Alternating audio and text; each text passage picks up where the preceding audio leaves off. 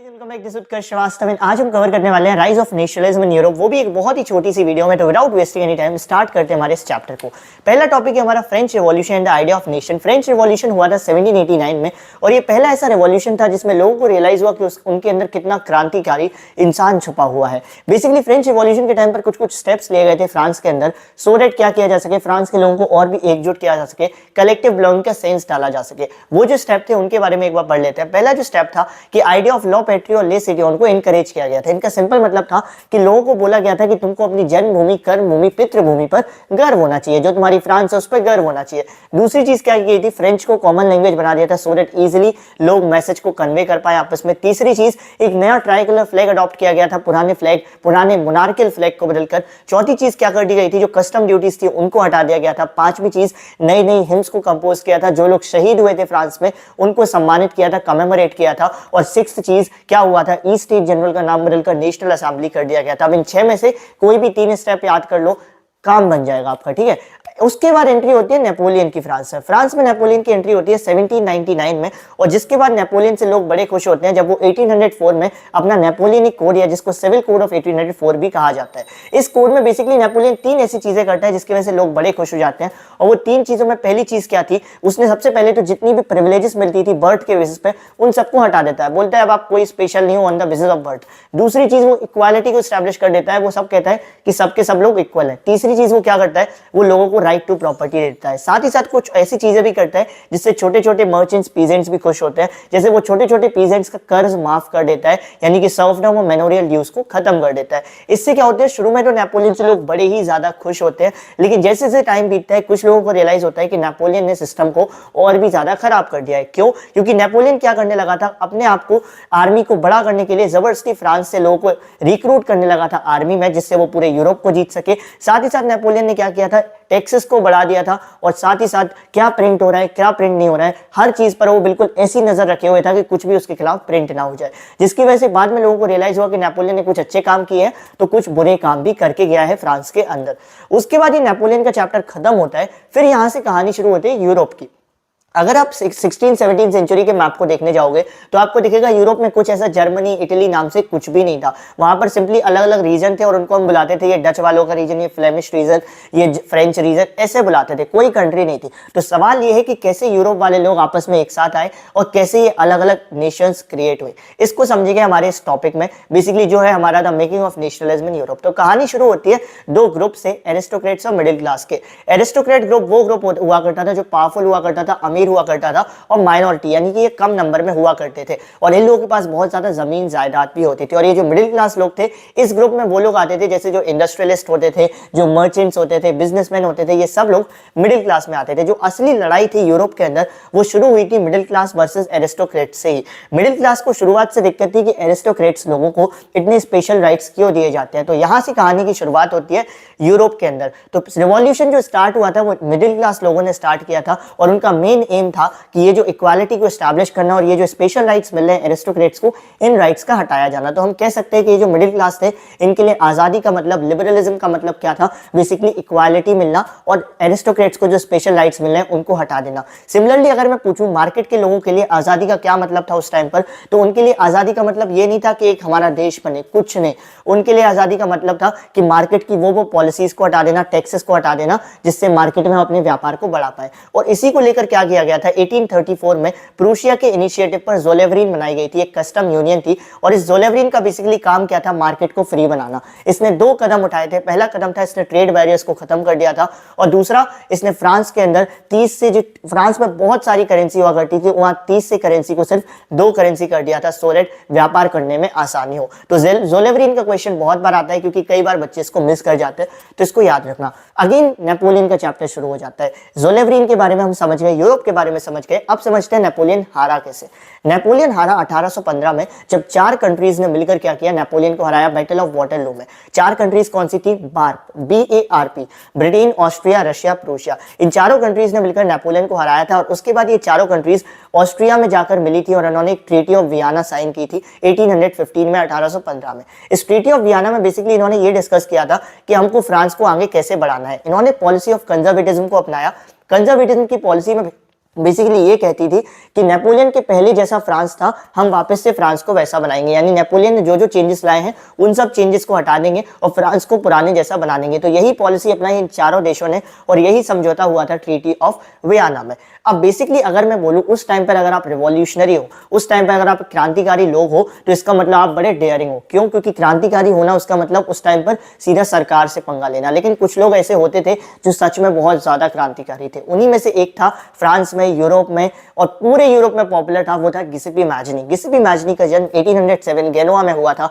इसने दो सोसाइटी बनाई थी, बहुत इंपॉर्टेंट है, यंग इटली और यंग यूरोप। साथ ही साथ ये सीक्रेट सोसाइटी ऑफ कार्बोनरी का मेंबर भी बना था। इसको 1831 में देश से निकाल भी दिया गया था। लेकिन इसका एम क्या था लाइफ का? इसका एम था कि ये इटली को एक सिंगल यूनिफाइड रिपब्लिक, एक सिंगल यूनिफाइड नेशन के रूप में देखना चाहता था और ये बहुत ही तगड़ा रेवोल्यूशनरी बंदा था। ठीक है, इसके बाद हम मूव करते हैं नेक्स्ट टॉपिक पे, that is the age of revolution 1830 to 1848। तो अभी तक आप नेपोलियन के बारे में समझ गए, फ्रांस के बारे में और मैजनी के बारे में समझ गए। अब समझते हैं रेवोल्यूशंस के बारे में। ये जो 1830 से 1848 का टाइम था, ये 18 साल, इस टाइम में बहुत सारे रिवोल्ट्स हुए और बहुत सारी सिचुएशन ऐसी हुई जिससे लोगों को बहुत ज्यादा सफर भी करना पड़ा।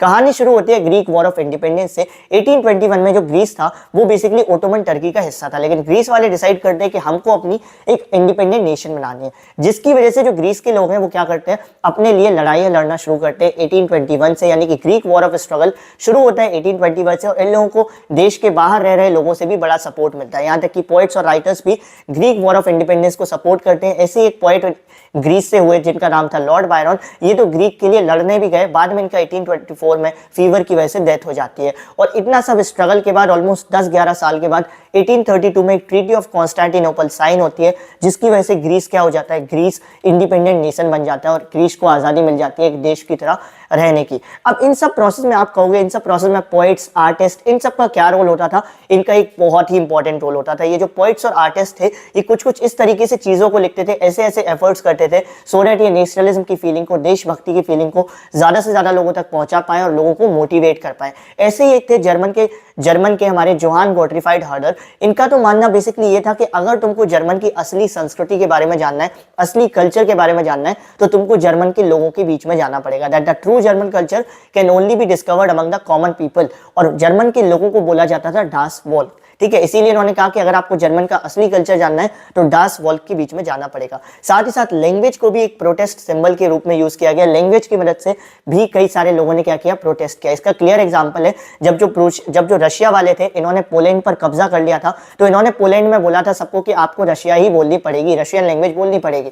लेकिन पोलैंड के लोगों ने क्या किया था, प्रोटेस्ट करने के लिए, विरोध करने के लिए जानबूझकर पोलिश लैंग्वेज का प्रयोग किया था। यानी कि हम ये कह सकते हैं कि लैंग्वेज की मदद से भी लोगों ने प्रोटेस्ट किया। जो जो तरीके मिले उन्होंने उस मदद से प्रोटेस्ट किया। और जैसा कि मैंने बोला, ये जो 18 साल थे 1830 टू 1848, ये बहुत ही खराब साल थे। क्यों? क्योंकि इस पूरे टाइम पर पॉपुलेशन बढ़ रही थी, बेरोजगारी बढ़ रही थी, गरीबी बढ़ रही थी, सब कुछ हो रहा था। और 1848 में तो हद ही हो गई, क्योंकि लोगों ने इतना ज्यादा सफर कर लिया कि फ्रांस के लोग रोड पर आ गए। उन्होंने सरकार के खिलाफ प्रदर्शन करना शुरू कर दिया, जिससे जो फ्रांस के किंग थे उस टाइम पर लुइस फिलिप 1848 में, इनको देश छोड़कर भागना भी पड़ा। ऐसी कुछ सिचुएशन जर्मनी में भी हुई थी। जर्मनी में कुछ लोग इकट्ठे हुए थे फ्रैंकफर्ट सिटी में, ऑलमोस्ट 831 लोग, जिन्होंने डिसाइड किया था कि हम क्या करेंगे, हम अपनी खुद की नेशनल असेंबली बनाएंगे। क्यों?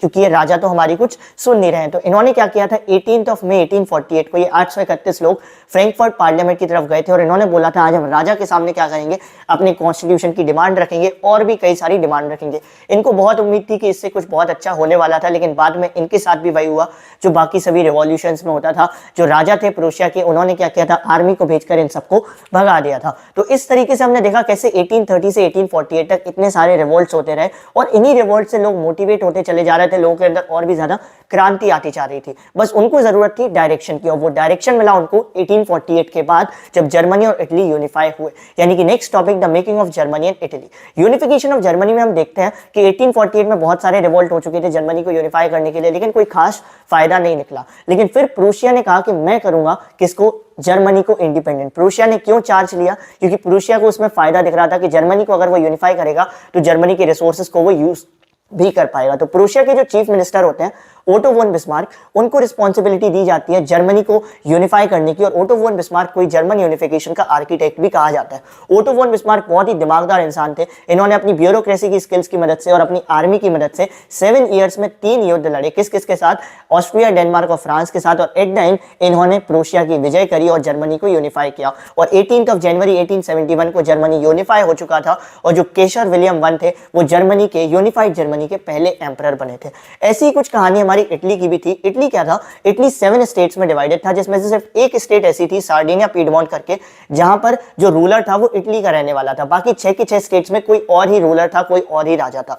तो सार्डिनिया पीडमोंट क्या करती है? जिम्मेदारी लेती है इटली को यूनिफाई करने की, और सार्डिनिया पीडमोंट के जो किंग थे, किंग विक्टर इमैनुअल II, वो भी अपने चीफ मिनिस्टर को बुलाते हैं और बोलते हैं सुनो काउंट डी कैवियोर, तुम्हारी रिस्पॉन्सिबिलिटी है इटली को यूनिफाई करने की। अब जो काउंट डी कैवियोर थे वो बहुत ही डिप्लोमेटिक इंसान था, बहुत ही समझदार इंसान था, और ये क्या करते हैं, ये फ्रांस की मदद से और अपनी डिप्लोमेसी स्किल्स की मदद से सबसे पहले 1859 में ऑस्ट्रिया को हराते हैं। उसके बाद 1860 में ये लोकल पीजेंट्स की मदद से, लोकल वर्कर्स की मदद से स्पेन को हराते हैं, और कई सारे रिवॉल्यूशनरी लोगों के साथ राजा के पास जाते हैं। 1861 में वो बोलते हैं किंग विक्टर इमैनुअल से कि मैंने इटली को यूनिफाई कर दिया, और 1861 में किंग विक्टर इमैनुअल II क्या बन जाते हैं? इटली के फर्स्ट एम्परर बन जाते हैं, यूनिफाइड इटली के फर्स्ट एम्परर बन जाते हैं। ये तो बेसिकली प्रोसेस था जर्मन और इटली यूनिफिकेशन का। अब देखते हैं the strange case of Britain. Britain का केस थोड़ा अजीब था, क्योंकि जैसा मैंने कहा कि 16-17 सेंचुरी पर ब्रिटेन में कोई भी देश नहीं था। ब्रिटेन अलग अलग रीजन्स में डिवाइडेड था, ये इंग्लिश का रीजन, ये स्कॉटिश का, ये आयरिश का, ये फ्लेमिश का, ये डच का, ऐसे रीजन में डिवाइडेड था। तो सवाल ये होता है कि सबसे पहले तो ब्रिटेन खुद कैसे बना, और फिर ब्रिटेन में ये अलग अलग देश कैसे आए? तो ब्रिटेन बना था 1707 में, जब इंग्लैंड और स्कॉटलैंड के बीच में एक एक्ट साइन हुआ था जिसका नाम था एक्ट ऑफ यूनियन। इंग्लैंड और स्कॉटलैंड ये एक्ट साइन करते हैं, जिसकी वजह से ब्रिटेन बनता है यूनाइटेड किंगडम ऑफ ब्रिटेन। और इस एक्ट की वजह से इंग्लैंड को बहुत ही ज्यादा पावर मिल गई थी पूरे ब्रिटेन को कंट्रोल करने की। और फिर इस ब्रिटेन ने क्या किया, एक एक करके बहुत सारे देशों को अपने अंदर लेना शुरू किया। जैसे सेम चीज इन्होंने क्या की थी, आयरलैंड में भी की थी। आयरलैंड में बेसिकली क्या था, आयरलैंड में 2 ग्रुप हुआ करते थे, कैथोलिक्स और प्रोटेस्टेंट की। और जो प्रोटेस्टेंट थे ये इंग्लिश लोगों को सपोर्ट किया करते थे, और जो कैथोलिक्स थे वो इनको सपोर्ट नहीं किया करते थे, जिसकी वजह से कैथोलिक्स और प्रोटेस्टेंट में लड़ाई होने लगी। और इस लड़ाई का फायदा ब्रिटेन ने उठाया था, और जबरदस्ती आयरलैंड को 1801 में 1801 में यूनाइटेड किंगडम ऑफ ब्रिटेन का पार्ट बना लिया था। तो बेचारे आयरलैंड के साथ भी बहुत ही बुरा सलूक हुआ था। ठीक है, मूव ऑन करते हैं नेक्स्ट टॉपिक पे, जो है विजुअलाइजिंग द नेशन। बेसिकली उस टाइम पर क्या होने लगा था, 18th-19th सेंचुरी में जो राइटर्स थे, जो पोइट्स थे, जो आर्टिस्ट थे, उन्होंने कुछ कुछ सिंबल्स का इस्तेमाल करना शुरू किया था, जिसकी मदद से वो क्या करते थे, जिसकी मदद से वो नेशनलिज्म की फीलिंग को जगाने का कोशिश करते थे। क्योंकि कई सारे लोग ऐसे थे जो एजुकेटेड नहीं थे, पढ़ नहीं सकते थे, तो वो लोग क्या करते थे, इन सिंबल्स की मदद से मोटिवेट हो जाते थे। जैसे क्या होता था, ब्रोकन चेन, अगर जंजीर टूटी हुई है तो उसका क्या मतलब होता है, उसका मतलब होता है आजादी मिलना। एक और चीज होती है क्राउन ऑफ ओक लीव्स, अगर ओक लीव्स का आपके सिर पर सहरा है तो इसका मतलब है आपके अंदर हीरोइक स्पिरिट है। जो तलवार थी, तलवार का मतलब था कि आप लड़ने के लिए हमेशा तैयार हो। साथ ही साथ जो अलग अलग तरीके के फीमेल एलिगरी को भी इस्तेमाल किया गया था। बेसिकली क्या किया गया था उस टाइम पर, इन्होंने क्या किया था, जो आर्टिस्ट थे इन्होंने अलग अलग देशों को एज अ फीमेल रिप्रेजेंट किया था। जैसे जर्मनी को रिप्रेजेंट किया था एज जर्मेनिया।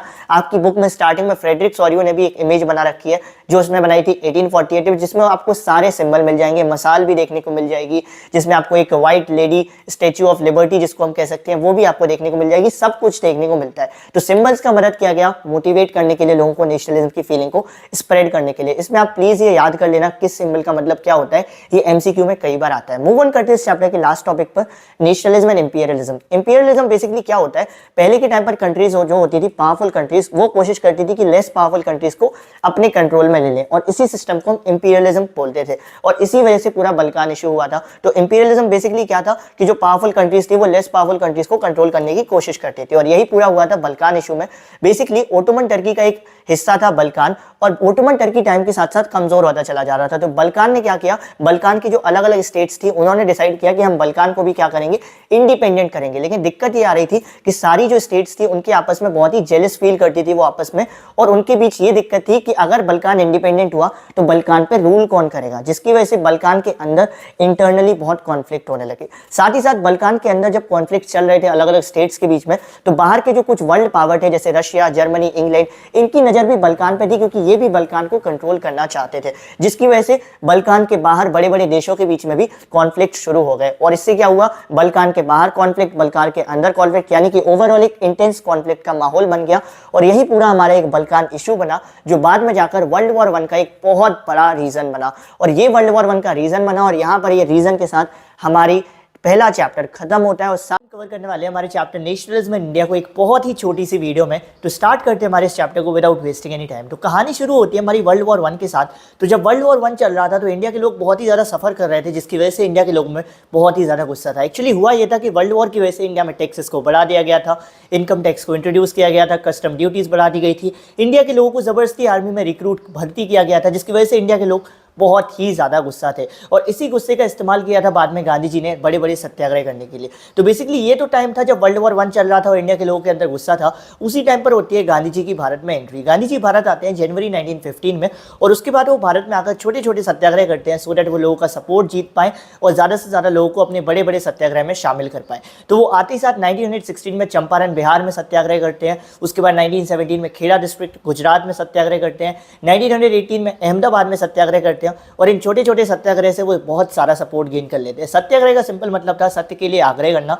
गांधी जी कहते थे अगर आप किसी सच्चाई के लिए लड़ रहे हो तो आपको फिजिकल वायलेंस की ज़रूरत है नहीं, आप ऐसे भी जंग जीत जाओगे, ठीक है। तो गांधी जी ने बहुत सारे सत्याग्रह किए, लेकिन गांधी जी ने एक बहुत ही अलग प्रकार का सत्याग्रह किया था। वो किया था 1919 में, जब मान सकते हैं जब उस टाइम से, क्योंकि हमारे देश में बड़े बड़े सत्याग्रह होना स्टार्ट हो गए थे। 1919 में रॉलेट एक्ट को पास किया गया था और इस रॉलेट एक्ट की वजह से हमारे भारत में एक सत्याग्रह हुआ। रॉलेट एक्ट क्या था, ब्रिटिश ने एक रॉलेट एक्ट पास किया था जो एक्ट कहता था कि ब्रिटिशर्स के पास पावर है कि वो हमारे इंडिया में हो रही किसी भी पॉलिटिकल एक्टिविटी को कंट्रोल कर सकते हैं और साथ ही साथ इंडिया के किसी भी बंदे को उठाकर जेल में डाल सकते हैं 2 साल तक के लिए without any trial in the court. Gandhi ji ने इसका विरोध किया और ब्रिटिशर्स को बोला हम इसका विरोध करेंगे और इसके खिलाफ हड़ताल करेंगे, सत्याग्रह करेंगे। ब्रिटिशर्स ने बोला ठीक है आप कर लो, सत्याग्रह कर लो। तो ब्रिटिशर्स के खिलाफ इन्होंने सत्याग्रह शुरू कर दिया। इनका सत्याग्रह थोड़ा पॉपुलर हो गया तो ब्रिटिशर्स ने क्या किया, एक एक करके गांधी जी के लीडर्स को उठाना शुरू किया, कांग्रेस के लीडर्स को उठाना शुरू किया, जिससे थोड़ा थोड़ा मूवमेंट में वायलेंस आ गया। फिर ब्रिटिशर्स ने क्या किया था, जो ईस्ट इंडिया कंपनी वाले थे, जो ब्रिटिश की सरकार थी, उन्होंने क्या किया था, अमृतसर में मार्शल लॉ लगा दी। मार्शल लॉ में क्या होता था, मार्शल लॉ का सिंपल मतलब है कि उस जगह का रूल पूरा मिलिट्री के हाथ में चला जाएगा, यानी जो मिलिट्री चाहे वैसा वो कर सकते हैं। तो अमृतसर में क्या हो गया था, 10 अप्रैल को मिलिट्री रूल लग गया। उसके बाद हुआ एक ऐसा इंसिडेंट जिससे पूरी तस्वीर ही बदल गई इंडियन हिस्ट्री की, वो था जालियांवाला बाग इंसिडेंट। तो जालियांवाला बाग इंसिडेंट में हुआ क्या था, 13 अप्रैल को बेसिकली अमृतसर में वैसाखी का मेला लगा हुआ था। तो कई सारे लोग वैसाखी का मेला देखने को इकट्ठे हुए थे और कई सारे लोग रॉलेट एक्ट का विरोध करने के लिए इकट्ठा हुए थे, जिसकी वजह से जो ब्रिटिशर्स थे उन्होंने इसको एक अपॉर्चुनिटी के तरीके से देखा कि भाई मार्शल लॉ लगी हुई है, मिलिट्री का रूल है ही, क्या करते हैं अमृतसर में वैशाखी मेले पर जो जालियांवाला बाग में लोग इकट्ठे हुए उन पर फायरिंग कर देते हैं। तो अमृतसर में क्या किया गया, जनरल डायर की लीडरशिप में इन्होंने ओपनली फायरिंग कर दी, लोगों को बहुत ही बुरी तरीके से प्रताड़ित किया था, जिसकी वजह से गांधी जी को एंड में ये रॉलेट एक्ट वाला सत्याग्रह रोकना पड़ा था। उसके बाद गांधी जी को एक चीज़ रियलाइज़ होती है कि अगर उनको बड़े से बड़ा सत्याग्रह करना है तो उनको बहुत सारे लोगों की ज़रूरत पड़ेगी, यानी कि उनको देश के सभी लोगों को यूनाइट करना पड़ेगा, स्पेशली हिंदू और मुस्लिम्स को, जिनको यूनाइट करना बहुत ही डिफिकल्ट था। लेकिन फिर गांधी जी को एक ऐसा इशू दिखता है जिसकी मदद से वो डिसाइड करते हैं कि वो मुस्लिम्स को हिंदू के साथ लाएंगे। वो इशू था खिलाफत का इशू। बेसिकली वर्ल्ड वॉर 1 में क्या हुआ था, जो ओटोमन टर्की था वो हार गया था और ओटोमन टर्की के जो एम्परर थे, राजा थे, खलीफा, चारों तरफ से ये खबरें आ रही थी कि खलीफा पर और ओटोमन टर्की पर एक बहुत ही बुरा समझौता होने वाला है। और उसी को बचाने के लिए हमारे इंडिया में क्या किया गया था, एक खिलाफत कमेटी बनाई गई थी मार्च 1919 में, जिसके लीडरशिप थे मोहम्मद अली और शौकत अली। तो गांधी जी गए इन अली ब्रदर्स से बात करने और इनको बोला कि देखो हम तुमको खिलाफत इशू पे सपोर्ट करेंगे अगर तुम हमारे बड़े सत्याग्रह में हमारी मदद करोगे। तो इसके लिए जो खिलाफत कमेटी वाले लोग थे वो भी एग्री हो गए। थोड़ी टेंशन हुई कांग्रेस के अंदर क्योंकि वो लोग नहीं चाहते थे मुस्लिम्स को साथ में लाना, लेकिन फिर वो लोग भी एग्री हो गए और डिसाइड किया गया कि अब क्या होगा, नॉन कोऑपरेशन सत्याग्रह होगा। तो नॉन कोऑपरेशन सत्याग्रह शुरू होता है 1921 में और अब हम देखेंगे कि वो शुरू कैसे हुआ, कैसे अलग अलग लोगों ने उसमें पार्टिसिपेट कैसे किया। नंबर 1 थिंग कि सत्याग्रह का नाम नॉन कोऑपरेशन या असहयोगी क्यों रखा गया, सिंपल रीज़न था, गांधी जी ने एक बुक लिखी थी 1909 में, हिंद स्वराज, जिसमें उन्होंने बताया था कि जो ब्रिटिशर्स हैं वो इंडिया में इसलिए स्टैब्लिश हो पाए क्योंकि हमने उनका कॉपरेशन किया, हमने उनका सहयोग किया। तो अगर हम उनका सहयोग नहीं करेंगे तो अपने आप वो उनका रूल जो है वो खत्म हो जाएगा। तो इसीलिए इस मूवमेंट का नाम नॉन कॉपरेशन मूवमेंट रखा गया था। तो गांधी जी ने क्या किया था, ये नॉन कॉपरेशन मूवमेंट स्टार्ट किया, इनको बहुत ज़्यादा सपोर्ट मिला। सबसे पहले किन से सपोर्ट मिला, मिडिल क्लास सोसाइटीज़ से मिला, जो टाउन्स में रहते थे। जो मिडिल क्लास सोसाइटीज़ थी उन्होंने इस मूवमेंट में सपोर्ट करने के लिए अपनी जॉब्स को छोड़ दिया, कॉलेज से ड्रॉप आउट ले लिया, सारी चीज़ें कर दी और और बहुत ही एक्टिवली सपोर्ट किया नॉन कॉपरेशन मूवमेंट में। लेकिन धीरे धीरे उन्होंने अपना हाथ खींचना शुरू कर दिया इस मूवमेंट से। शुरू में तो अच्छा सपोर्ट किया, लेकिन धीरे धीरे मिडिल क्लास लोगों ने इस मूवमेंट से अपना हाथ खींचने लगे। उसके दो रीजन थे। पहला, गांधी जी ने बोला था नॉन कॉपरेशन मूवमेंट में हम ब्रिटिश का कुछ भी सामान इस्तेमाल नहीं करेंगे, जिसकी वजह से इंडिया में खादी का इस्तेमाल हो रहा था और खादी बहुत महंगा होता था। तो ये जो मिडिल क्लास लोग थे, पुअर लोग थे, इसको खादी को अफोर्ड नहीं कर पा रहे थे, जिसकी वजह से उन्होंने वापस से ब्रिटिशर्स के कपड़ों को अफोर्ड करना शुरू कर दिया, पहनना शुरू कर दिया। दूसरी प्रॉब्लम ये आ रही थी कि जिन लोगों ने ब्रिटिश की जॉब्स को छोड़ा था, अब उनके पास करने को कुछ नहीं था, क्योंकि ब्रिटिश के इंस्टीट्यूशंस को रिप्लेस करने के लिए कोई इंडिया का कॉलेज या यूनिवर्सिटी नहीं थी। तो जिन लोगों ने अपनी जॉब्स एडमिशंस छोड़े थे, वो वापस से ब्रिटिश के पास चले गए, जिसकी वजह से जो मिडिल क्लास सोसाइटीज थी, वहाँ पर शुरू में तो गांधी जी को अच्छा सपोर्ट मिला, लेकिन बाद में अच्छा सपोर्ट नहीं मिला। जो पीजेंट्स हुआ करते थे, जो पुअर पीजेंट स्पेशली, इन्होंने बहुत ज़्यादा अच्छे से सपोर्ट करना चाहा था नॉन कॉपरेशन मूवमेंट को, लेकिन जो कांग्रेस थी उसने इन पुअर पीजेंट से दूरियां बनाए रखी थी। उसके दो रीज़न थे। दो रीज़न ये थे कि इनका हिस्ट्री बताती थी कि जो पीजेंट्स थे ये बड़े वायलेंस होते थे, वायलेंस वाले नेचर के होते थे, ये लोग मूवमेंट में वायलेंस ला देते थे, इसीलिए कांग्रेस ने इनसे दूरियां बना रखी थी। हुआ यूँ था कि अवध में जो पीजेंट्स थे, बाबा रामचंद्र जी की लीडरशिप में, इन्होंने अपनी लड़ाई लड़ी थी किसके खिलाफ? हाई रेवेन्यूज बैगर के खिलाफ। शुरू में तो इन्होंने लड़ाई अच्छी लड़ी थी, जिससे कांग्रेस खुश थी, लेकिन बाद में इन्होंने वही किया था, इन्होंने तालुकदार्स के घर को अटैक किया था, ब्रिटिश के घरों को अटैक किया था, जिसकी वजह से कांग्रेस नाखुश हो गई थी। और सेम चीज अवध के पीजेंट्स ने की थी, सेम चीज अलोरी सीताराम राजू, ट्राइबल हिल्स, एक ट्राइब गुडेम हिल्स नाम से जगह थी, वहां के लोगों ने भी की थी। उन्होंने शुरू में तो अच्छे से सपोर्ट किया नॉन कॉपरेशन मूवमेंट को भी। वहां के जो लीडरशिप थे अलोरी सीताराम राजू, वो गांधी जी को बहुत मानते थे, वो गांधी जी की बातों को मानते थे, लेकिन वो गांधी जी की एक चीज नहीं मानते थे, वो थी नॉन वायलेंस की। वो कहते थे गांधी जी सब अच्छा करते हैं, बस एक चीज गलत बोलते हैं कि हमको नॉन वायलेंस वाला होना चाहिए। तो गुडेम हिल्स में भी यही सेम सीन हुआ था। जो पीजेंट्स थे उन्होंने जबरदस्ती ब्रिटिशर्स को अटैक किया था, उन्होंने उनके घर को लूटा था, मारने की कोशिश की थी, जिसकी वजह से जो कांग्रेस थी उन्होंने पीजेंट से दूरी बनाए रखी थी। प्लांटेशन वर्कर्स का क्या केस था? जो प्लांटेशन वर्कर्स थे, बेसिकली 1859 में एक एक्ट पास हुआ था, इनलैंड इमिग्रेशन एक्ट, जो कहता था कि जो भी बंदा प्लांटेशन गार्डन में काम कर रहा है वो विदाउट परमिशन अपना गार्डन छोड़कर नहीं जाएगा, जिसकी वजह से वो लोग एक ही जगह पर फंसे रह जाते थे गार्डन में। और जैसे इन प्लांटेशन वर्कर्स ने सुना नॉन कॉपरेशन मूवमेंट के बारे में, तो इनको लगा भाई गांधी जी का राज आ रहा है, सबको अपनी अपनी जगह पे जमीन मिलेगी, तो ये लोग अपने सब गार्डन छोड़कर भाग गए। सब ये लोग जो भागे थे वो बाद में पकड़े भी गए, इनके साथ मारपीट भी हुई, सारी चीज़ें इनके साथ वैसी की वैसी हो गई। तो इस तरीके से अलग अलग ग्रुप्स ने पार्टिसिपेट किया था नॉन कॉपरेशन मूवमेंट में। बाद में एक ऐसा इंसिडेंट हुआ 1922 में, जिसका नाम था चौरी चौरा इंसिडेंट, जिसकी वजह से नॉन कॉपरेशन सत्याग्रह पर रोक लगानी पड़ी। बेसिकली हुआ यूँ था कि चौरी चौरा जो जगह है गोरखपुर यूपी में, वहाँ पर एक आराम से रैली जा रही थी, जिस पर ब्रिटिश की पुलिस ने अटैक कर दिया था, जिसके बदले में इस रैली वाले लोगों ने भी पुलिस पर अटैक कर दिया था, पुलिस स्टेशन को जला तक दिया था, जिसकी वजह से गांधी जी को समझ में आ गया था कि अब इस सत्याग्रह में वायलेंस आ चुका है, हिंसा आ चुका है, और इसीलिए उन्होंने इस मूवमेंट को रोक दिया था। एक चीज़ हमेशा याद रखना, इस पूरे चैप्टर में गांधी जी ने जिन जिन सत्याग्रह को रोका है उन सबके पीछे सिंपल एक रीज़न था कि मूवमेंट में वायलेंस आ गया था। तो अगर कुछ ना आए तो ये तो लिख ही सकते हो कि गांधी जी ने क्यों मूवमेंट रोका था। ठीक है, अभी मूव ऑन करते हैं आगे की तरफ। जब ये नॉन कॉपरेशन सत्याग्रह खत्म हुआ तो दो चीज़ें हो गई थी। पहली चीज़ थी कि कांग्रेस के अंदर कुछ लीडर्स चाहते थे कि अब वो और बड़ा मूवमेंट करें, लेकिन जो कुछ बड़े एक्सपीरियंस लीडर थे वो चाहते थे कि अब इन मूवमेंट को छोड़ो, इलेक्शंस में जाओ और इलेक्शंस में लेकर हम क्या करें, ब्रिटिश का विरोध करें। तो इससे कांग्रेस के अंदर टेंशंस क्रिएट हो गई। कुछ लोग चाहते थे बड़ा सत्याग्रह करें और कुछ लोग चाहते थे सत्याग्रह सबको छोड़ो, इलेक्शंस में पार्टिसिपेट करो, उसी के थ्रू ब्रिटिश का विरोध करो। तो ये पहली टेंशन थी। उसी टाइम पर एक और टेंशन क्रिएट की ब्रिटेन की सरकार, टोरी गवर्नमेंट ने। उसने क्या किया, एक साइमन कमीशन बना दी और बोला कि ये साइमन कमीशन क्या करेगी, भारत जाएगी, भारत के कॉन्स्टिट्यूशन को, भारत की पॉलिसीज को रिव्यू करेगी और उसमें कोई सुधार होगा तो हमको बताएगी। तो इसमें दिक्कत ये थी साइमन कमीशन में कि साइमन कमीशन में जितने मेंबर्स बनाए गए थे वो सब मेंबर्स किसको बिलोंग करते थे, सब ब्रिटिशर्स थे, उनमें एक भी इंडियन नहीं था। अगर आप इंडिया के लिए कुछ अच्छा करना चाहते हो तो उस कमेटी में इंडियन मेंबर्स तो रखो, जिसकी वजह से साइमन कमीशन जब भारत आई तो इसका बड़ा विरोध हुआ, बहुत ज़्यादा इनको नारों के साथ स्वागत किया गया, भाई गो बैक साइमन, साइमन वापस जाओ। ये दो सिचुएशंस हुई थी नॉन कॉपरेशन मूवमेंट के बाद, जिससे इंडिया में बहुत ज़्यादा टेंशन्स का, तनाव का माहौल पैदा हो चुका था। तो उसी टाइम पर लॉर्ड इरविन, जो उस टाइम पर लॉर्ड इरविन थे, वो डिसाइड करता है इंडिया वाले लोगों को एक तरीके की लॉलीपॉप देने की। वो सोचता है कि हम क्या करेंगे, इंडिया के लीडर्स को बोलेंगे आप हमारे साथ राउंड टेबल कॉन्फ्रेंस चलो, वहाँ पर इन सब इशू को डिस्कस करो। मतलब वाह कितनी अच्छी बात है, आप इंडिया में वो इशू डिस्कस नहीं कर रहे हो, आप लंदन ले जा रहे हो हमको वही सेम इशू को डिस्कस करने के लिए। तो उसने इंडिया के लोगों को बोला, लेकिन इंडियन नेशनल कांग्रेस के लीडर्स ने बहुत ही समझदारी के साथ उसके ऑफर को रिजेक्ट कर दिया कि नहीं भाई हम राउंड टेबल कॉन्फ्रेंस में नहीं आने वाले हैं। इसकी वजह से क्या हुआ था, जवाहरलाल नेहरू जी बहुत गुस्सा हो गए थे कि भाई तुम हमको लॉलीपॉप दे रहे हो, जिसकी वजह से उन्होंने डिसाइड किया था कि हम क्या करेंगे, हम कुछ ऐसे स्टेप लेंगे जिससे लोगों का अटेंशन कैच कर सके और बड़े से बड़ा सत्याग्रह कर सके। जिसको लेकर जवाहरलाल नेहरू क्या करते हैं, 1929 में एक लाहौर सेशन कांग्रेस करते हैं। दिसंबर 1929 में लाहौर सेशन ऑफ कांग्रेस में ये डिक्लेयर करते हैं कि अब से हम क्या करेंगे, 26 जनवरी को हमेशा 26 जनवरी से क्या करेंगे, अपना इंडिपेंडेंस डे मनाएंगे। जबकि उस टाइम पर हमारा देश आज़ाद हुआ भी नहीं था, लेकिन फिर भी उन्होंने बोला कि हम 26 जनवरी 1930 से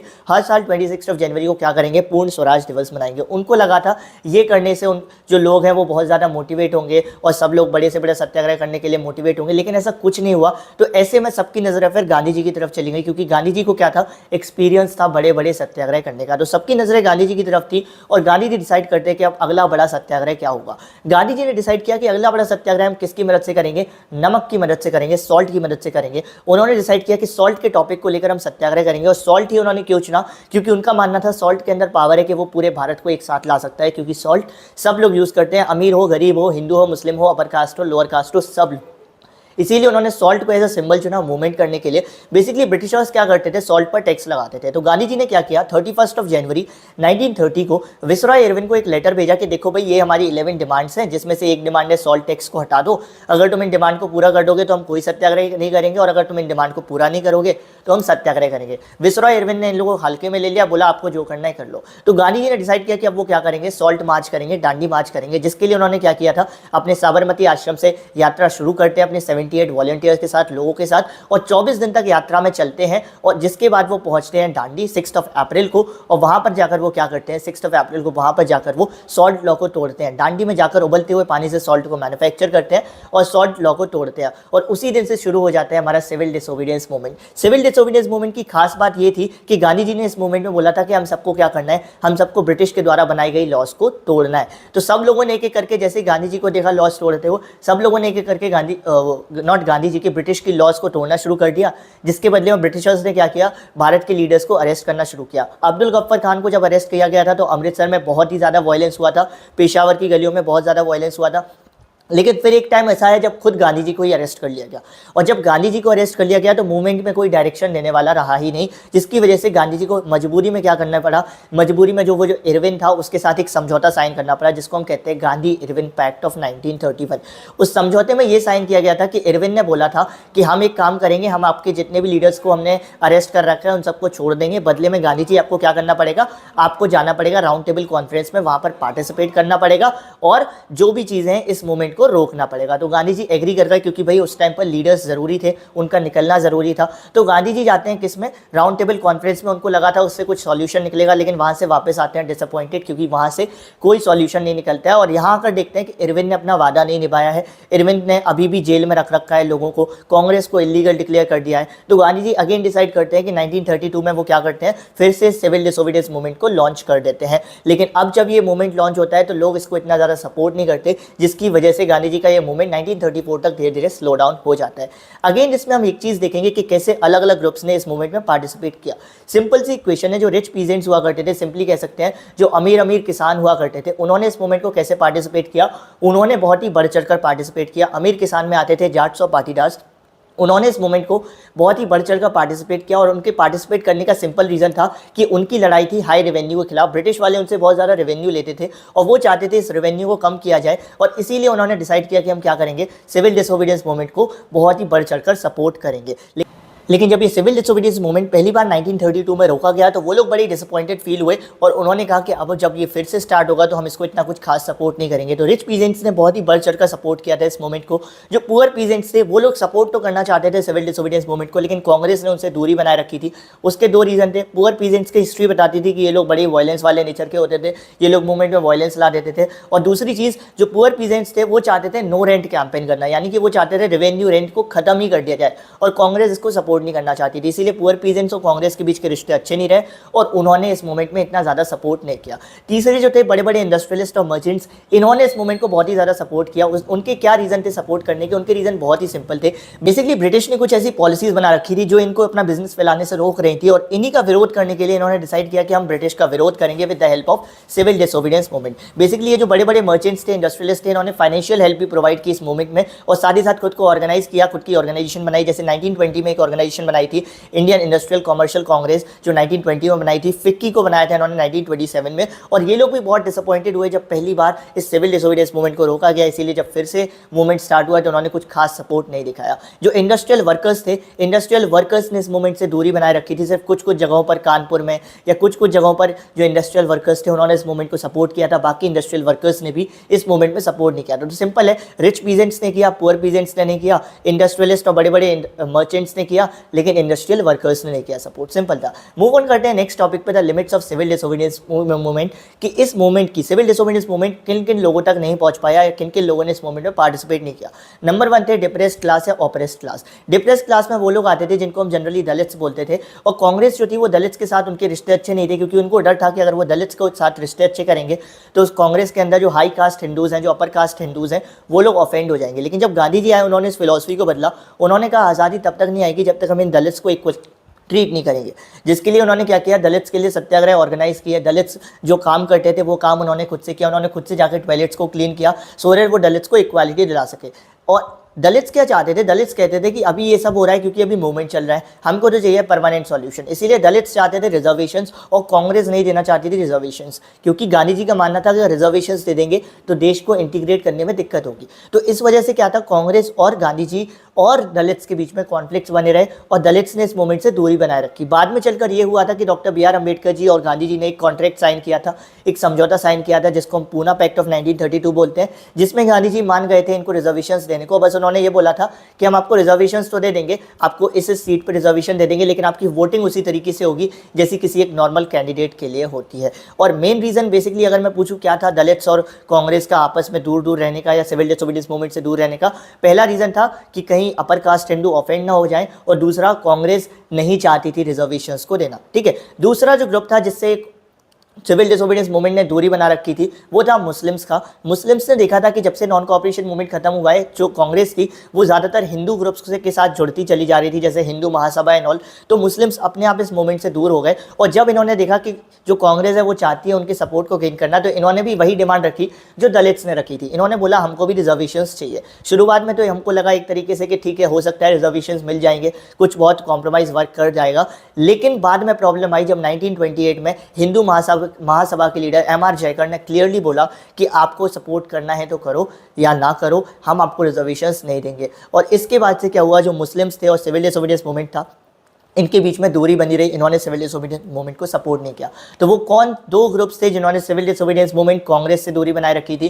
पहला था दलित्स का और दूसरा था हमारा मुस्लिम्स का। ठीक है, अभी आते हैं इस चैप्टर की लास्ट टॉपिक पर, that is the sense of collective belonging. Sense of collective belonging में बेसिकली हम बात करते हैं कुछ उन तरीकों के बारे में जिनकी मदद से नेशनलिज्म की फीलिंग को स्प्रेड किया जाता है, देश प्रेम की फीलिंग को स्प्रेड किया जाता है। जैसे था वंदे मातरम करके, जिसको उनकी नोवेल आनंद मठ में भी जोड़ा गया है। वो गीत जो था वो बहुत ज़्यादा गाया गया जब बंगाल में स्वदेशी मूवमेंट हुआ। इससे भी क्या हुआ, नेशनलिज्म की फीलिंग क्रिएट हुई। नटेशा शास्त्री ने भी एक प्रॉपर बुक पब्लिश की थी, the folklore of southern India, जिसमें उन्होंने क्या बताया था, इंडिया की लोक कथाओं के बारे में, लोक कहानियों के बारे में बताया था। उन्होंने ये भी कहा था कि जो देश का असली साहित्य है, जो ट्रू कल्चर है, वो इन फॉकलोर्स और फॉक स्टोरीज में ही मिलता है, इन लोक कथाओं, इन लोक कहानियों में ही मिलता है। साथ ही साथ कई प्रकार के फ्लैग्स को भी क्रिएट किया गया था। जैसे जब बंगाल में मूवमेंट चल रहा था तो एक फ्लैग बनाया गया था, ट्राई कलर फ्लैग, जिसमें 8 कमल रखे गए थे, 8 लोटस रखे गए थे और एक मून को रखा गया था। जो 8 लोटस थे वो किसको रिप्रेजेंट करते थे? वो रिप्रेजेंट करते थे 8 ब्रिटिश की प्रोविंसेस को, और जो एक क्रीसेंट मून था वो किसको रिप्रेजेंट करता था? वो हिंदू और मुस्लिम्स को रिप्रेजेंट करता था।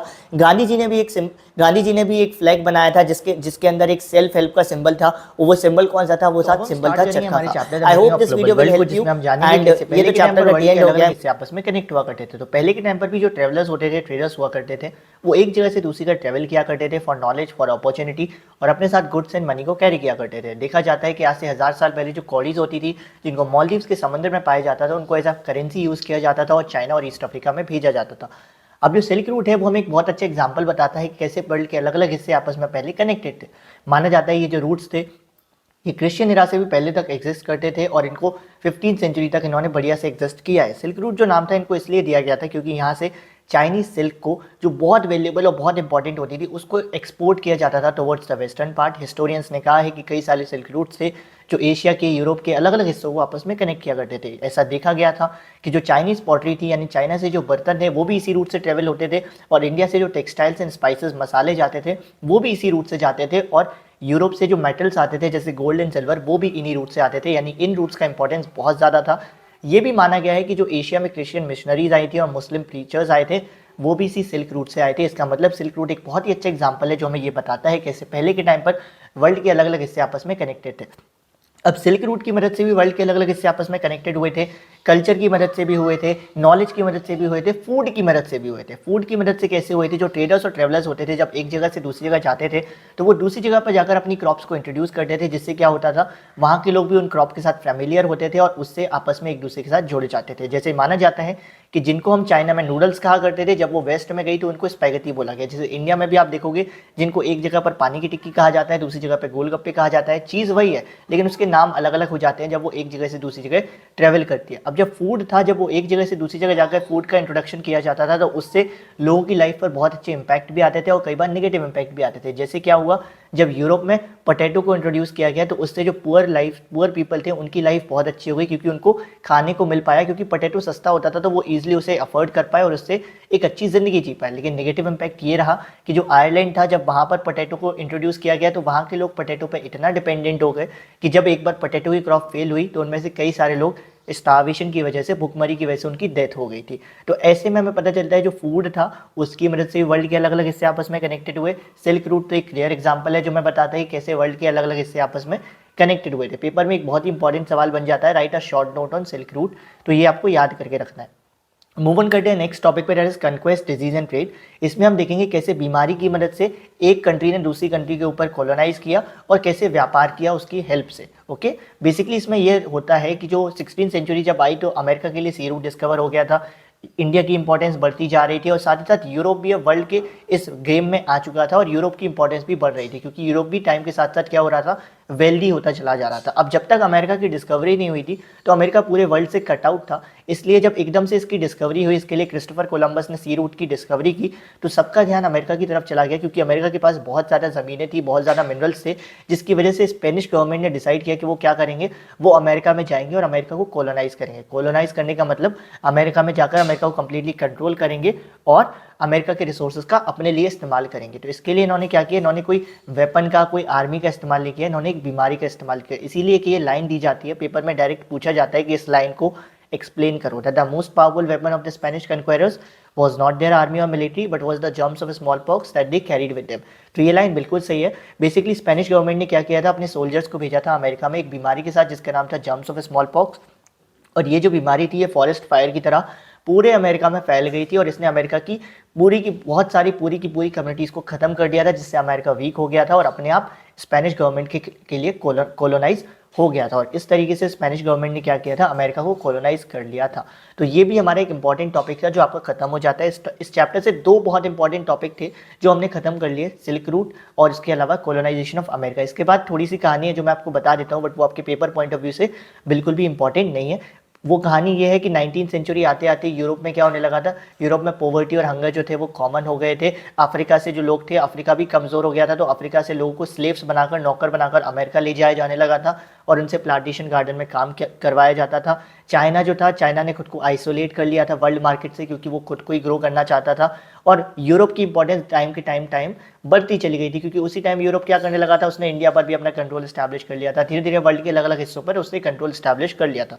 ये जो कहानी बताई मैंने कॉलोनाइजेशन ऑफ अमेरिका के बाद, ये इतनी इंपॉर्टेंट नहीं है। इस चैप्टर में दो चीज़ें इंपॉर्टेंट थी, colonisation of America and silk route के ऊपर एक शॉर्ट नोट। ये दोनों चीज़ें आपको कर लेनी है और आपका ये चैप्टर कंप्लीटली प्रिपेयर हो जाता है। अभी मूव ऑन करते हैं हमारे नेक्स्ट चैप्टर पर, that is print culture and the modern world.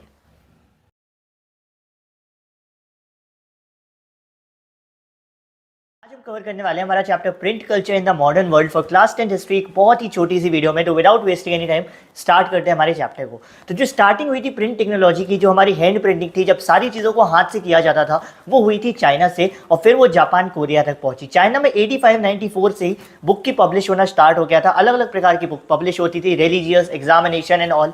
जैसे जैसे टाइम बीतता गया, चाइना के अंदर की एक जगह जिसका नाम था शंघाई, वो एक तरीके से पूरे प्रिंटेड मटेरियल का एक हब बन गई, जहां पर हर प्रकार का प्रिंटेड मटेरियल पाया जा रहा था। उसके बाद फिर प्रिंटिंग टेक्नोलॉजी, प्रिंटिंग कल्चर आया जापान में।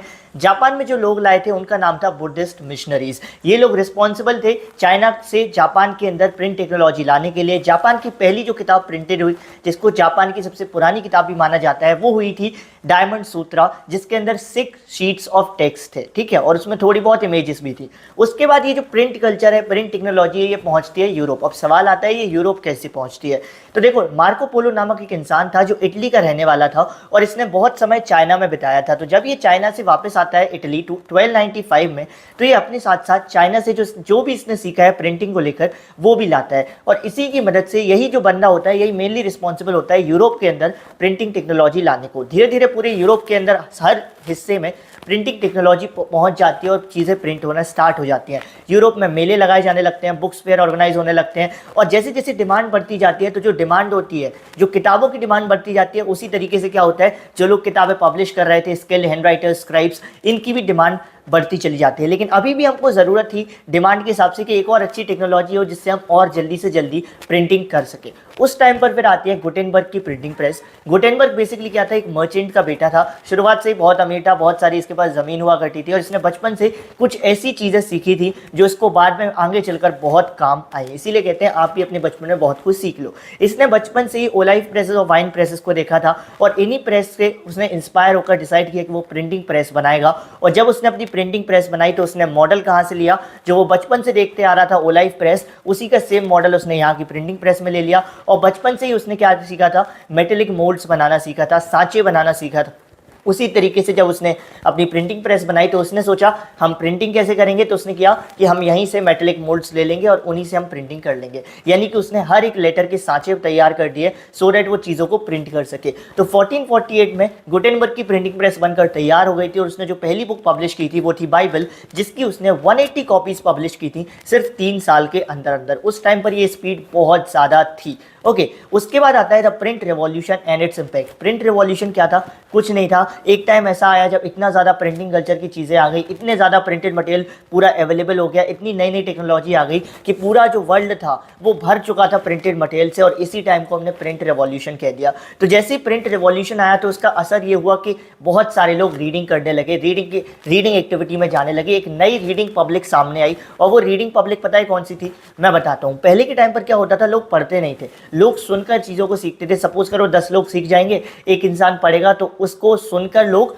ज्ञान लेते थे, नॉलेज लेते थे। तो अभी एक डिफिकल्टी आ रही थी सबके सामने कि कैसे इस हियरिंग पब्लिक को, जो सुनकर सीखती है, उसको रीडिंग पब्लिक में बनाया जाए। तो पब्लिशर्स ने डिसाइड किया कि हम क्या करेंगे, ये जो लोग सुनकर सीखते हैं और जो जो ये कहानियाँ सुनते हैं, सुनकर ये सीखते हैं, हम उन्हीं कहानियों को क्या करेंगे, उन्हीं फॉक टेल्स को, उन्हीं बैलाड्स को यहाँ बुक्स में छाप देंगे अच्छी अच्छी पिक्चर्स के साथ, सो डैट जो लोग पढ़ भी नहीं पाते वो लोग एटलीस्ट पिक्चर्स देखकर किताबें खरीद लेंगे, और फिर उस बंदे के पास जाएंगे जो पढ़ लेता है और उसको बोलेंगे मुझे बता दो। तो इस तरीके से उन्होंने डिसाइड किया कि हम हियरिंग पब्लिक को रीडिंग पब्लिक में कन्वर्ट करेंगे। थोड़ा सा डिफिकल्ट था ये चीज़, लेकिन फिर भी उन्होंने कर लिया। उसके बाद आता है एक ऐसा टॉपिक जो इस चैप्टर का बड़ा इंपॉर्टेंट है, Martin Luther and the Roman Catholic church. देखो, सब लोग इस चीज़ से खुश नहीं थे कि भाई इतना ज़्यादा प्रिंट हो रहा है। कुछ लोगों का मानना था कि अगर हमने ये जो जितनी भी चीज़ें प्रिंट हो रही हैं इस पर एक कंट्रोल नहीं बनाया ना, तो आगे चल के क्या होने लगेगा, इससे नेगेटिविटी फैलने लगेगी। हो सकता है इससे कुछ ऐसी बातें सामने आ जाए जो इस सोसाइटी के लिए अच्छी ना हो, क्योंकि लोगों का मानना था जब अच्छी चीज़ें प्रिंट होंगी तो बुरी चीज़ें भी साथ ही साथ प्रिंट होंगी। तो लोगों का मानना था कि जो प्रिंट हो रहा है उस पर कंट्रोल होना चाहिए। इसी का एक उदाहरण था रोमन कैथोलिक चर्च और मार्टिन लूथर। मार्टिन लूथर में क्या किया था, 1517 में 1517 में एक थ्योरी लिखी थी जिसका नाम था 95 थीसिस, जिसमें उसने क्या किया था, जो रोमन कैथोलिक चर्च था उसमें होने वाले रिचुअल्स, उसमें होने वाली एक्टिविटीज़ को बहुत ही ओपनली क्रिटिसाइज किया था। और उसने जो ये लिखा था अपनी थ्योरी, उसको लोगों ने बड़ा पसंद किया था। इतना पसंद किया था कि जिसकी वजह से जो अपना ये चर्च था, इन लोगों को बहुत ज़्यादा क्रिटिसिज्म फेस करना पड़ा था, जिसकी वजह से लोगों ने डिसाइड कर लिया था कि अब हमको क्या करना पड़ेगा, जो भी चीज़ें प्रिंट हो रही हैं उस पर एक कंट्रोल स्टैब्लिश करना पड़ेगा। मार्टिन लूथर ने तो यहाँ तक ये भी कह दिया था that printing is the ultimate gift of God and the greatest one, कि जो प्रिंटिंग है ना वो गॉड की सबसे बड़ी और सबसे महान गिफ्ट है हमारे लिए, ठीक है। तो उसके बाद ये जो रोमन कैथोलिक चर्च है इन लोगों को बड़ा क्रिटिसिज्म झेलना पड़ता है, जिसके बाद ये डिसाइड करते हैं कि अब हम क्या करेंगे, अब हम एक अपने पास लिस्ट बनाकर रखेंगे जिसमें हम उन लिस्ट में क्या करेंगे, उन किताबों के नाम लिखेंगे जो जो हमने बैन कर दी है।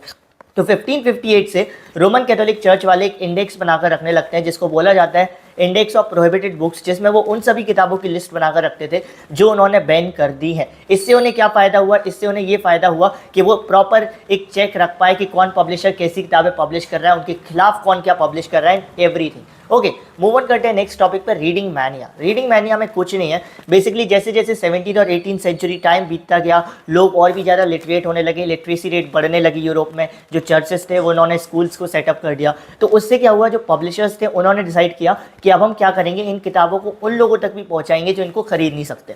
तो जो पब्लिशर्स थे उन्होंने डिसाइड किया कि पुअर ऑडियंस को टारगेट करने के लिए हम चीप क्वालिटी की किताबों को पब्लिश करेंगे, सस्ती सस्ती किताबों को पब्लिश करेंगे जो खराब क्वालिटी ऑफ पेपर पे बनी हुई होंगी। इसी में एक सबसे इंपॉर्टेंट था कि फ्रांस में कौन सी किताबें लाई गई थी, बिलोटिक्यू ब्लू। बिलोटिक्यू ब्लू क्या होती थी, चीप साइज, चीप कॉस्ट, बहुत ही ख़राब क्वालिटी वाली किताबें होती थी जिनको बहुत ही ख़राब पेज पे प्रिंट किया जाता था, लेकिन इनकी खास बात ये थी कि ये बहुत सस्ती होती थी सो दैट जो पुअर ऑडियंस है वो उनको खरीद पाए। इंग्लैंड में भी सेम चीज़ की गई थी, पेनी चैप बुक्स को इंट्रोड्यूस किया गया था जो एक एक पेनी में इंग्लैंड में अवेलेबल हो जाती थी। ये सवाल आया था अभी प्री बोर्ड में कि बिलोटिक्यू ब्लू कहाँ हुआ था और पेनी चैप बुक्स कहाँ पे इंट्रोड्यूस हुई थी, तो ये चीज़ आपको पता होना चाहिए। और इनको लाया क्यों गया था, सो दैट वो पुअर ऑडियंस को टारगेट कर सकें और पुअर ऑडियंस भी इन किताबों को खरीद सके। उसी टाइम पर एक नोवेलिस्ट थे लुइस सेबेस्टियन मर्सियर, जो इस प्रिंटिंग से बहुत ही ज़्यादा इंस्पायर्ड थे और उन्होंने एक ऐसी चीज़ कही जो बहुत ही इंपॉर्टेंट है पेपर के पर्सपेक्टिव से। लुइस सेबेस्टियन मर्सियर ने कहा था, the printing press is the most powerful engine of progress and public opinion is the force that can sweep despotism away. जो प्रिंटिंग प्रेस है ना, ये सबसे पावरफुल इंजन है और जो पब्लिक ओपिनियन है यानी कि जनता का मत है, हमारा तुम्हारा जो मत है वो क्या है, उसके अंदर इतनी पावर है कि ये मोनार्की को, डिक्टेटरशिप को, इन सबको उखाड़ के फेंक सकता है। और लुइस सेबेस्टियन मर्सियर क्या करते थे, ये खुद नोवेल लिखा करते थे और इनकी नोवेल की ऑलमोस्ट कहानी सेम होती थी। ये क्या करते थे, अपनी कहानियों में एक सिंपल चीज़ रखते थे कि जैसा ही इनका हीरो कुछ पढ़ लेता था सडनली उसकी लाइफ में चेंज आ जाता था और वो हीरो सडनली सब कुछ जीत जाता था। तो इन्होंने जो नोवेल्स लिखी, उन्होंने हर नोवेल्स में जनरली क्या बताया, उन्होंने अपनी हर नोवेल्स में क्या बताया कि जैसे ही जो हीरो है वो कुछ पढ़ लेता है उसकी लाइफ सडनली चेंज हो जाती है। तो ये भी बहुत ज़्यादा इंस्पायर्ड थे प्रिंट कल्चर से। Print culture in the French revolution में कई लोग मानते हैं कि ये जो फ्रेंच रिवॉल्यूशन हुआ 1789 में, उसका एक बहुत बड़ा कारण था ये प्रिंट कल्चर, इतना ज़्यादा चीज़ों का प्रिंट होना। और इसके लिए लोग कई सारे आर्ग्यूमेंट्स भी देते हैं, जैसे यहाँ पे तीन चीज़ें दी गई हैं कि पहली चीज़ क्या है, प्रिंट कल्चर की वजह से क्या हुआ था, जो लोग अच्छी अच्छी बातें लिखते थे, जो रिवॉल्यूशनरी थिंकर्स थे जैसे कि वोल्टेयर, रोसेउ, उनके आइडियाज सब जनता तक पहुँच पाए और जनता उनसे मोटिवेट हो पाए और दुनिया को एक नई नज़र से देख पाई। इसकी वजह से भी फ्रेंच रिवॉल्यूशन हुआ। बिल्कुल सही बात है, प्रिंट कल्चर में क्या हुआ था, हर तरीके के आइडियाज़ जनता तक पहुँच रहे थे। बड़े बड़े रेवोल्यूशनरी थिंकर्स वोल्टेयर, रोसेउ, इनके क्रांतिकारी आइडियाज भी लोगों तक पहुंच रहे थे। दूसरा रीजन बोला जाता है जो ये बताता है कि print culture is responsible for French revolution, वो ये कहता है कि प्रिंट कल्चर की वजह से क्या हो गया था, लोग अवेयर हो गए थे। क्यों? क्योंकि प्रिंट कल्चर ने एक ऐसा सोसाइटी क्रिएट कर दिया था जहां पर लोग डायलॉग एंड डिबेट किया करते थे और जहां पर भी डिबेट होते हैं उसका मतलब वहां पर सोसाइटी अवेयर हो जाती है। तो ये एक बहुत इंपॉर्टेंट रीजन दिया जाता है। तीसरा रीजन दिया जाता है क्यों प्रिंट कल्चर की वजह से फ्रेंच रिवॉल्यूशन हुआ, कि प्रिंट कल्चर की वजह से कई ऐसे फॉर्म ऑफ प्रिंटिंग आए जिसकी वजह से क्या हुआ, जिसकी वजह से फनी वे में मजाक तरीके से भी क्या किया गया, जो सोशल प्रॉब्लम्स थी उनको मॉक किया गया, उन पर व्यंग किया गया। जैसे कार्टून्स की मदद से, कैरिकेचर्स की मदद से। कैरिकेचर सिंपली जैसे आप मिस्टर बीन देखते हो या ये जितने भी कार्टून्स हैं, तो इनमें हम क्या करते हैं, हमारी सोसाइटी के आसपास की जितनी प्रॉब्लम्स को इनको फनी तरीके से दिखाते हैं। उसी तरीके से उस टाइम पर भी वही किया जाने लगा था फ्रेंच रिवॉल्यूशन के टाइम पर भी, कि जो प्रिंटिंग प्रेस वाले थे उन्होंने क्या किया था, कार्टून्स और कैरिकेचर्स को पब्लिश किया था कि जो लोग पढ़ नहीं पाते हैं वो लोग कार्टून्स को देखकर समझ जाएं। इन्हीं तीन रीजन को दिया जाता है जो ये बताते हैं कि फ्रेंच रिवॉल्यूशन और प्रिंट कल्चर के बीच में कोई ना कोई रिलेशन था। मूव ऑन करते हैं नेक्स्ट टॉपिक पे, that is the 19th century. 19th century में बेसिकली क्या हुआ था, चिल्ड्रन के लिए एक प्रॉपर प्रेस सेटअप कर दी गई थी फ्रांस में 1857 में। और जो ग्रिम ब्रदर्स थे उन्होंने क्या किया था, इस चिल्ड्रन की प्रिंटिंग प्रेस के लिए फॉक टेल्स को कलेक्ट करना शुरू कर दिया था। वुमेन भी एक इंपॉर्टेंट पार्ट बन गई थी, एज रीडर की भी और राइटर की भी, यानी लिखती भी थी पढ़ती भी थी। जैसे जेन ऑस्टिन बहुत ही इंपॉर्टेंट नोवेलिस्ट हैं। और फिर बाद में क्या हुआ था, 18th सेंचुरी में एक प्रॉपर अच्छी तगड़ी पावर प्रिंटिंग प्रेस आ गई थी हमारे पास, जिसको डेवलप किया था रिचर्ड एम हो ने, जिसके अंदर कैपेबिलिटी थी 8000 शीट्स पर आवर को प्रिंट करने की। ठीक है, तो इस तरीके से ये चेंज आते गए। अब हम पढ़ेंगे इंडिया के बारे में। इंडिया में पहले क्या होता था, मैन्यूस्क्रिप्ट चलन में थी, और इंडिया में बहुत ही पुराना इतिहास है मैन्यूस्क्रिप्ट का। मैन्यूस्क्रिप्ट में बेसिकली होता क्या था, ये जो थी इनको ईजिली आप हैंडल नहीं कर सकते थे, इनको जनरली पाम लीव्स पर लिखा जाता था, कॉपी किया जाता था, बहुत ही फ्रेजाइल होती थी, और इनको हमेशा लिमिटेड नंबर में बनाया जाता था। साथ ही साथ ये बड़ी एक्सपेंसिव होती थी, और इनको पढ़ना भी बहुत मुश्किल काम होता था। तो जैसे ही प्रिंट इंडिया में आई तो ये मैन्यूस्क्रिप्ट का चलन धीरे धीरे कम होता गया, इसीलिए आज के टाइम पर आपको मैन्यूस्क्रिप्ट देखने को मिलती ही नहीं है, म्यूजियम में भले ही देखने को मिल जाएंगी। ठीक है, इंडिया में प्रिंटिंग प्रेस कैसे आई? इंडिया में प्रिंटिंग कल्चर लाने के लिए रिस्पॉन्सिबल थे पोर्टुगीज मिशनरीज, यानी पुर्तगाल से आने वाले लोग जो गोवा में आए थे प्रिंटिंग प्रेस लेके। उसके बाद क्या हुआ, हमारे इंडिया की जो पहली तमिल बुक पब्लिश हुई थी वो पब्लिश हुई थी 1579 में कोचिन पर। किसने किया था पब्लिश? कैथोलिक प्रीस्ट ने किया था।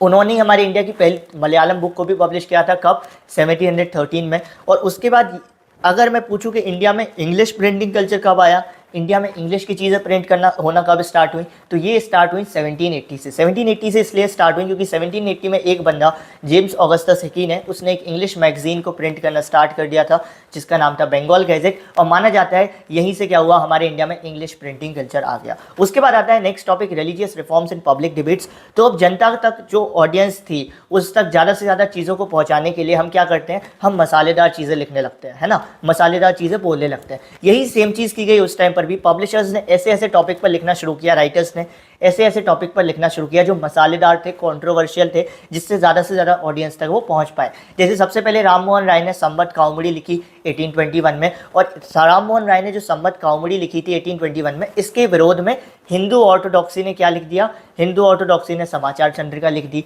1822 से 2 फारसी यानी पर्सियन न्यूज़पेपर्स भी हमारे मार्केट में आ गए थे, इंडियन मार्केट में, जिनका नाम था शामशुल अकबर एंड जामे जहानमा। ये चीज़ें ऐसी हैं जो आपको याद करनी पड़ेंगी एग्जैक्ट, इसमें कुछ थ्योरी नहीं है। उसके बाद क्या हुआ, 1867 में जो देवबंद सेमिनरी थी उसको फाउंड किया गया और उसने फातवास को पब्लिश करना स्टार्ट कर दिया। 1810 में, ये सबसे इंपॉर्टेंट है, इंडिया में पहला रामचरितमानस का एडिशन कब प्रिंट हुआ था एंड कहाँ पर प्रिंट हुआ था? 1810 में कैलकाटा में प्रिंट हुआ था। तो क्या होने लगा, ज़्यादा से ज़्यादा ऑडियंस तक पहुँचने के लिए हम लोग वो लोग जो थे उस टाइम के राइटर्स, पब्लिशर्स, कॉन्ट्रोवर्शियल टॉपिक्स पर लिखने लगे, रिलीजियस टॉपिक्स पर लिखने लगे, सो दैट वो ज़्यादा से ज़्यादा ऑडियंस को अट्रैक्ट कर पाए। वुमेन इन प्रिंट में हम देखेंगे कि कैसे जो वुमेन की लाइफ थी उस टाइम पर बहुत ही बुरी मानी जाती थी, क्योंकि उनको पढ़ने दिया ही नहीं जाता था। कुछ लोगों का मानना था, जो कंजर्वेटिव हिंदूज थे, यानी कि जो पुरानी सोच वाले हिंदूज थे, वो लोग मानते थे कि अगर कोई वुमेन पढ़ लेगी तो वो विडो हो जाएगी, विधवा हो जाएगी। कुछ मुस्लिम्स का मानना था कि अगर कोई वुमेन पढ़ लिख जाएगी तो क्या हो जाएगी, वो करप्ट हो जाएगी, वो भ्रष्ट हो जाएगी, उसका फिर सही कैरेक्टर नहीं रहेगा। तो ऐसी ऐसी मानसिकताएं उस टाइम पर चलती थी, लेकिन फिर भी कई सारी वुमेन ने अपने लिए स्ट्रगल किया और अपने लिए हक की बात की। जैसे ऐसी एक वुमेन थी राज सुंदरी देवी। इन्होंने क्या किया, अपनी शादी के बाद अपने किचन में रहकर छुप कर ये पढ़ती थी, लिखती थी, और ये सब करने के बाद इन्होंने अपनी खुद की ऑटोबायोग्राफी को पब्लिश किया था जिसका नाम था अमर जीवन 1876 में। वुमेन की ही लाइफ पर एक और किताब लिखी गई थी, स्त्री धर्म विचार, जिसको लिखा था राम चड्ढा ने। ये राज सुंदरी देवी की अमर जीवन बहुत ही इंपॉर्टेंट है। उसके साथ ही साथ प्रिंट कल्चर में हमारे देश में भी यही सेम चीज़ की गई कि हम चाहते थे पुअर पीपल प्रिंट कल्चर में आए, प्रिंटिंग चीज़ों को पढ़ें, तो हमने क्या किया, उन्हीं की लाइफ के बारे में लिखना शुरू कर दिया। जैसे ज्योतिबा फुले ने क्या किया था, 1871 में गुलामगिरी एक किताब लिखी थी, जिसमें उन्होंने किसके बारे में बात की थी, ये जो जातीय इनइक्वालिटी हो रही है, कास्ट के बेसिस पे इनइक्वालिटी होती है, उस बारे में बात की थी। एक कानपुर के मिल वर्कर ने खुद एक किताब लिखी थी 1938 में, जिसका नाम था छोटे और बड़े का सवाल, इसको लिखा था काशी बाबा ने। एक और मिल वर्कर ही थे सुदर्शन चक्र, ये बहुत ही इंपॉर्टेंट है, इन्होंने एक लिखी थी सच्ची कविताएं। ये एक्चुअली सच्ची कविताएं एक कलेक्शन था बहुत सारी पोएम का। ठीक है, अभी मूव ऑन करते हैं इस चैप्टर के लास्ट टॉपिक पे, that is vernacular press act of 1878। ये एक्ट क्या था, बेसिकली 1857 के रिवॉल्ट के बाद जो ब्रिटिश वाले हैं वो डिसाइड करते हैं कि इंडिया में जो भी चीज़ें प्रिंट हो रहे हैं उस पर वो अपना डायरेक्ट कंट्रोल को इस्टेब्लिश करेंगे, और इसी की वजह से वो क्या करते हैं, वर्नाकुलर प्रेस एक्ट को लागू करते हैं। ये जो वर्नाकुलर प्रेस एक्ट का मॉडल था, ये कहाँ से लिया गया था, ये आयरस प्रेस मॉडल से लिया गया था। इस एक्ट में होता क्या था, इस एक्ट की वजह से जो ब्रिटिशर्स थे उनको बहुत ज़्यादा पावर मिल गई थी कि वो कंट्रोल कर सकते थे चीज़ों को, इंडिया में जो भी प्रिंट हो रहा है। उनको सबसे पहली पावर मिली थी राइट टू सेंसर, यानी कि वो इंडिया में जो भी चीज़ें पब्लिश हो रही है उनको सेंसर कर सकते थे, एक तरीके से जज कर सकते थे कि वो प्रिंट होने लायक है या नहीं है। वो बेसिकली क्या करते थे, जो भी चीज़ें प्रिंट होती थी उसको रिव्यू करते थे कि वो सिडिशियस है या सिडिशियस नहीं है। सिडिशियस का मतलब कुछ ऐसी चीज़ तो नहीं है जो उनको ब्रिटिश के खिलाफ भड़का रही है। अगर कुछ ऐसी चीज़ होती थी जो उनको ब्रिटिश के खिलाफ भड़काए लोगों को, तो वो उसको पब्लिश नहीं होने देते थे, और जो नॉन सिडिशियस होता था उसको वो पब्लिश होने देते थे। यानी बेसिकली कहें तो अपने हिसाब से प्रिंट कल्चर को चलाते थे। साथ ही साथ उन्होंने एक और नियम बना रखा था कि अगर कोई न्यूज़पेपर, कोई मैगजीन, कोई पब्लिशर सिडिशियस चीज़ों को प्रिंट करेगा, यानी कि ऐसी चीज़ों को प्रिंट करेगा जो उनको ब्रिटिश के खिलाफ, लोगों को ब्रिटिश के खिलाफ भड़का रही हो, तो वो लोग क्या करेंगे, वो लोग उस पब्लिशर को बंद कर देंगे, एक पहले वार्निंग देंगे, और अगर वो वार्निंग भी नहीं मानेगा तो उस पब्लिशर की जितनी भी मशीन है उनको सीज कर देंगे, सब जब्त कर लेंगे। ये सभी चीज़ें भी ब्रिटिश वालों ने की थी सो दैट वो इंडिया में क्या कर सके, इंडिया में वो अपना डायरेक्ट कंट्रोल इस्टेब्लिश कर सके प्रिंटिंग हुई प्रिंटेड चीज़ों पर भी, पब्लिशर्स पर, राइटर्स पर भी। इन सब के बावजूद भी हमारे इंडिया वाले नहीं माने, जोश ही इतना था उनके अंदर। बाल गंगाधर तिलक ने तब भी एक अपना लिखा केसरी, जिसकी वजह से उनको जेल जाना पड़ा था 1908 में। इस केसरी में एक्चुअली उन्होंने बताया था कि कैसे ब्रिटिश वालों ने ज़बरदस्ती हमारे देश से कई सारे लोगों को देश से निकाल दिया था, पंजाबियों को देश से निकाल दिया था। इसकी वजह से उनको बाल गंगाधर तिलक जी को जेल भी हुई थी, क्योंकि उन्होंने वर्नाकुलर प्रेस एक्ट को तोड़ दिया था। ठीक है, अब बेसिकली होता क्या है, अभी हमारे चैप्टर का डी एंड होता है। आई होप सो आपको ये वीडियो समझ आई होगी। समझ आई है तो एक बार फीडबैक मुझे ज़रूर बता जाना मुझे। आई डोंट नो कितनी मिनट की वीडियो हो गई हो, आई होप सो छोटी ही रही होगी। एंड मिलते हैं नेक्स्ट वीडियो में। Thank you.